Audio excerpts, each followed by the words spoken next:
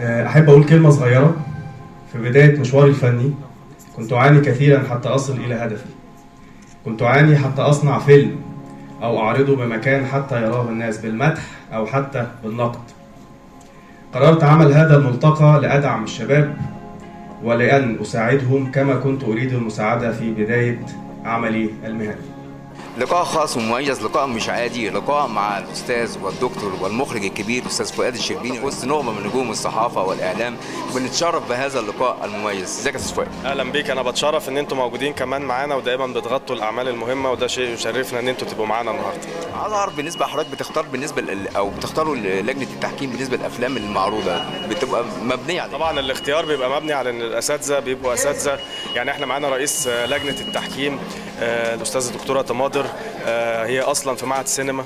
فاحنا بنحب ان احنا نختار الاساتذه اللي شغالين كلهم يبقوا موجودين معانا، يبقوا اساتذه من نخبه عندهم ثقافه عاليه وعندهم خبره في المجال بطريقه عاليه جدا. ومعانا الاستاذ اسامه غريب عضو مجلس اداره نقابه المهن السينمائيه، وطبعا احنا معانا النقابه كمان راعي رسمي للملتقى، الوزاره كمان وزاره الثقافه قطاع الفنون التشكيليه. احب اشكر طبعا الوزاره واحب اشكر النقابه على مجهوداتهم وعلى دعمهم للملتقى. وزي ما حضرتك لسه قايل برضو عايز اوضح برضو ان احنا معانا سبونسرز تانيين. زي ما حضرتك كنت بتتكلم عن المزيكا، معانا الاستاذ باهر، هو باهر الحريري. بالظبط، استاذ باهر الحريري هو اللي عامل الموسيقى. فاحنا عندنا حتى كل حاجه احنا عاملينها في الملتقى حقوق ملكيتها بتاعتنا. يعني احنا ولا واخدين مزيكا من حد تاني ولا واخدين شوتس من حد تاني ولا اي حاجه، كل حاجه بتاعتنا.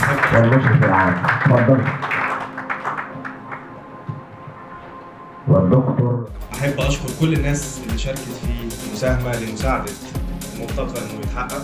وبعدين عندنا طبعا أساتذة تانيين زي النصر باكجينج كانوا عاملين لنا المطبوعات كلها. عندنا شركة بيكسل كانت عاملة لنا شهادات التقدير. بص اللغات يا ريس، يعني انا شايف بسم الله ما شاء الله، يعني كفايه علينا نقابه المهن السينمائيه ووزاره الثقافه. يعني عندنا نيكولا وعندنا 8 قصر النيل وعندنا النصر باكجينج.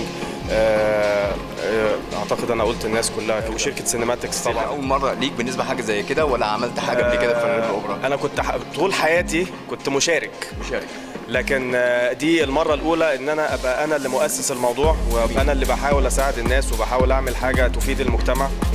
فدي الدوره الاولى للملتقى بتاع سينماتكس، وان شاء الله تبقى دورات مكتمله الى مدى العمر يعني.